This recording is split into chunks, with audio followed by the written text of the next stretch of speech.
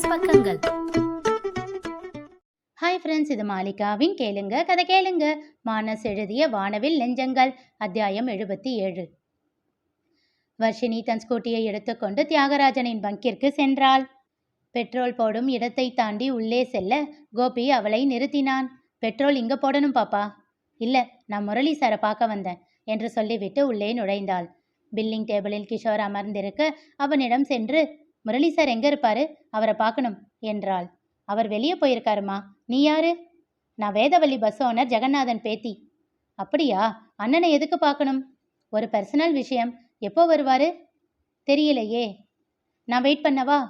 இரு, அண்ணன்கிட்ட ஃபோன் பண்ணி கேட்டுட்டு சொல்கிறேன் என்று விட்டு முரளியை அழைத்து பேசிவிட்டு வர்ஷினியிடம் கூறினான். பாப்பா, அண்ணன் இன்னும் ஒரு 1/4 மணி நேரத்தில் வந்துடுவாராம். வெயிட் பண்ணி பார்த்துட்டு போறியா இல்லை கொஞ்ச நேரம் கழிச்சு வர்றியா? இல்லை, நான் இருந்து பார்த்துட்டே போகிறேன். அப்போது உள்ள ரூமில் வெயிட் பண்ண சொன்னார் என்றவன் சுரேஷை அழைத்து அவளை அறைக்குள் அமர வைக்க சொன்னான் கிஷோர். அறைக்கு அழைத்து சென்றவன், அக்கா இங்கே உட்காருங்க, அண்ணன் வந்துடும் என்று சொல்லிவிட்டு நாற்காலியில் அவளை அமர வைத்து மின்விசிறியை சுழல விட்டுவிட்டு சென்றான் சுரேஷ். சிறிது நேரம் அப்படியே அமர்ந்திருந்தவள் போர் அடிக்கவும் எழுந்து சுற்றுமுற்றும் பார்க்க ஆரம்பித்தாள். ஜன்னல் வழியில் இருந்து வாகனங்கள் வந்து செல்வதை வேடிக்கை பார்த்து கொண்டிருந்தாள். பின் அங்கிருந்த அலமாரியில் இருப்பதை ஆராய்ந்து கொண்டிருந்தாள். அனைத்தும் கணக்கு புத்தகங்களாகவே இருக்க தனக்குள் சலித்து கொண்டு மீண்டும் அமர வந்தாள். அப்போது கதவை திறந்து கொண்டு தியாகராஜன் வந்தார். உள்ளே அவள் இருப்பதை கவனிக்காமல் பேசிக்கொண்டே வந்தார். எப்படா அவன் வருவான்? இன்னும் 1/4 மணி நேரம் ஆகும்னு சொன்னாருண்ணா. டேய் சுரேஷ், இங்க வா. அவர் அழைத்தார். என்ன அண்ணா? சீக்கிரம் ஓடி போய் 2 வாங்கிட்டு வா. அண்ணா, முரளி அண்ணனுக்கு தெரிஞ்சா திட்டுவாரு. டேய், இங்க நான் முதலாளியா அவன் முதலாளியா? அவன் வர்றதுக்குள்ள சீக்கிரம் வாங்கிட்டு வா. அவன் தயக்கத்துடனேயே சென்றான். அவன் சென்றதும் அறையின் பக்கம் திரும்பியவர் ஃபேன் ஓடிக்கொண்டிருப்பதை பார்த்தார். டேய், ஏன் இதை போட்டு விட்டுட்டு போயிருக்கான் என்றார் கோபமாக. எனக்காகத்தான் என்றாள் வர்ஷினி. அப்போதுதான் அவள் அங்கே இருப்பதையே அவர் கவனித்தார். யாரு பாப்பா நீ? இங்க என்ன பண்ற? முரளி சாரை பார்க்க வந்த. முரளி சாரா என்றவர் சின்னதாக சிரித்தார். எதுக்கு இப்போ சிரிக்கிறீங்க என்றாள் கோபமாக. இல்லை, அவனை சாருன்னு சொன்னியே, அதுக்கு தான் சிரித்தேன். ஏன், அவர் அப்படி சொல்லக்கூடாதா? அப்படி சொன்னால் உங்களுக்கு என்ன பிரச்சனை?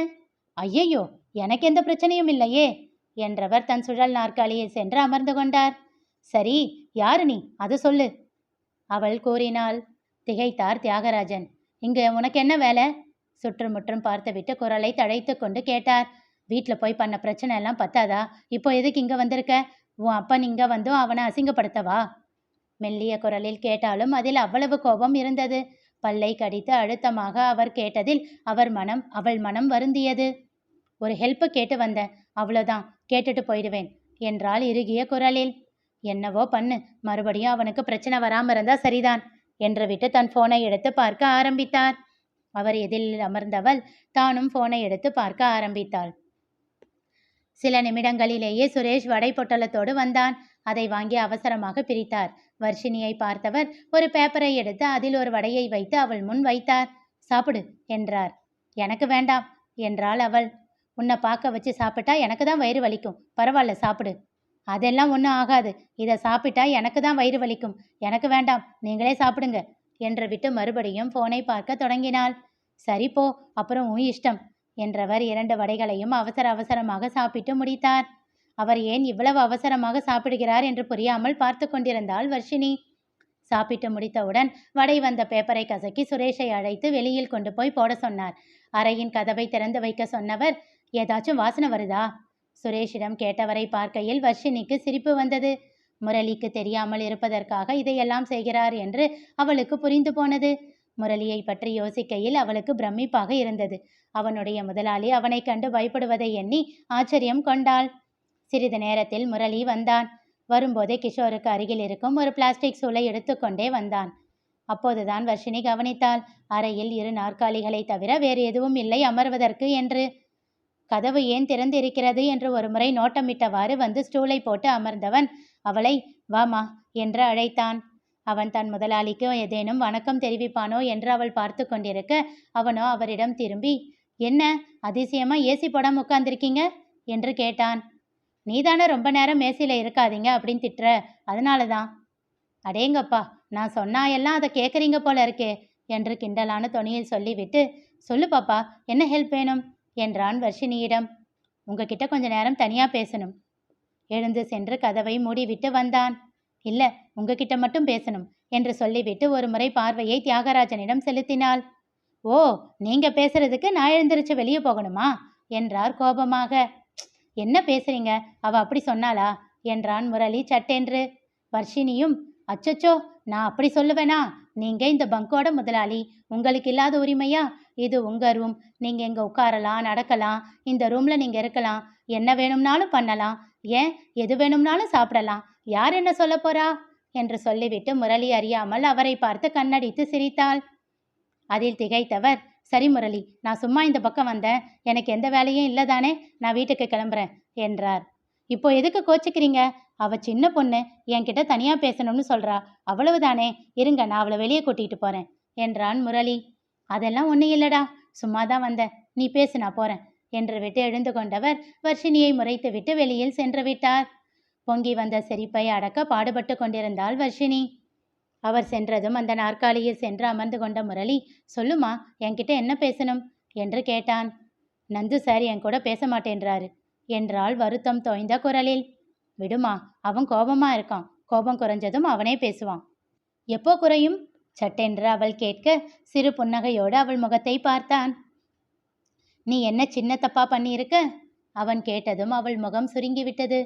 அதுதான் தப்புன்னு சாரி கேட்குறேன்ல, வேற என்ன பண்ணணும்? சில நிமிடங்கள் அவள் முகத்தையே உற்று பார்த்து விட்டு கூறினான். அவனுக்கு உன்னை ரொம்ப பிடிக்கும், உன் மேல ரொம்ப பாசம் வச்சிருந்தான், அதான் நீ பண்ண விஷயம் அவன் மனசை உடைச்சிடுச்சு. அவள் எதுவும் பேசாமல் தலையை குனிந்தபடி மௌனம் காத்தாள். அவளை பார்க்கவும் அவனுக்கு பாவமாக இருந்தது. விடுமா, எல்லாம் சரியா போயிடும் என்றான். நிமிர்ந்து அவன் முகத்தை பார்த்து கேட்டாள், ஒரே ஒரு தடவை மன்னிக்கலாம் இல்ல? கேட்கும் போதே அவள் கண்கள் கலங்கின. சரி, நான் அவன்கிட்ட பேசுறேன். உடனே அவள் முகம் மலர்ந்தது. Thank you so much sir. சாரா? சிரித்தான் அவன். ஏன் சிரிக்கிறீங்க?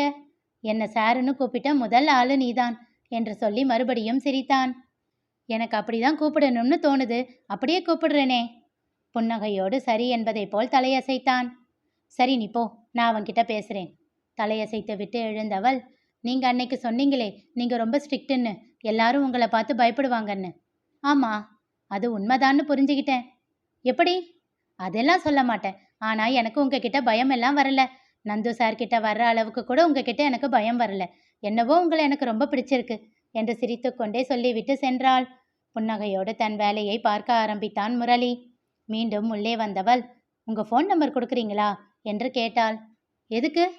உங்ககிட்ட பேசினா ரிலாக்ஸா இருக்கு. அன்னைக்கு நீங்க பேசிட்டு போனதுக்கு அப்புறம் தான் என் மனசு கொஞ்சம் தெளிவாச்சு. மறுபடியும் ஏதாச்சும் குழப்பம் வந்தா என்ன கைட் பண்ணுவீங்க தானே? அதுக்கு என்னம்மா, தாராளமா பண்றேன். அப்போ நம்பர் கொடுங்க. அவனிடம் நம்பர் வாங்கி தன் கைபேசியில் சேமித்து கொண்டு சென்றாள் வர்ஷினி. மறுநாள் கல்லூரியில் நந்து வகுப்பு முடிந்ததும் வர்ஷினியை பார்த்தான். வந்து என்னை ஸ்டாஃப் ரூம்ல மீட் பண்ணு என்றான். புன்னகையோடு எஸ் சார் என்று வேகமாக தலையசைத்தவள் தீபாவை பார்த்தாள். அவள் கட்டை விரலை உயர்த்தி காட்ட இவள் தேங்க்ஸ் என்றாள் உதட்டசைவில். நந்து அவளை மன்னித்தானா? தெரிந்து கொள்ள தொடர்ந்து கேளுங்க, கதை கேளுங்க. மீண்டும் சந்திப்போம்.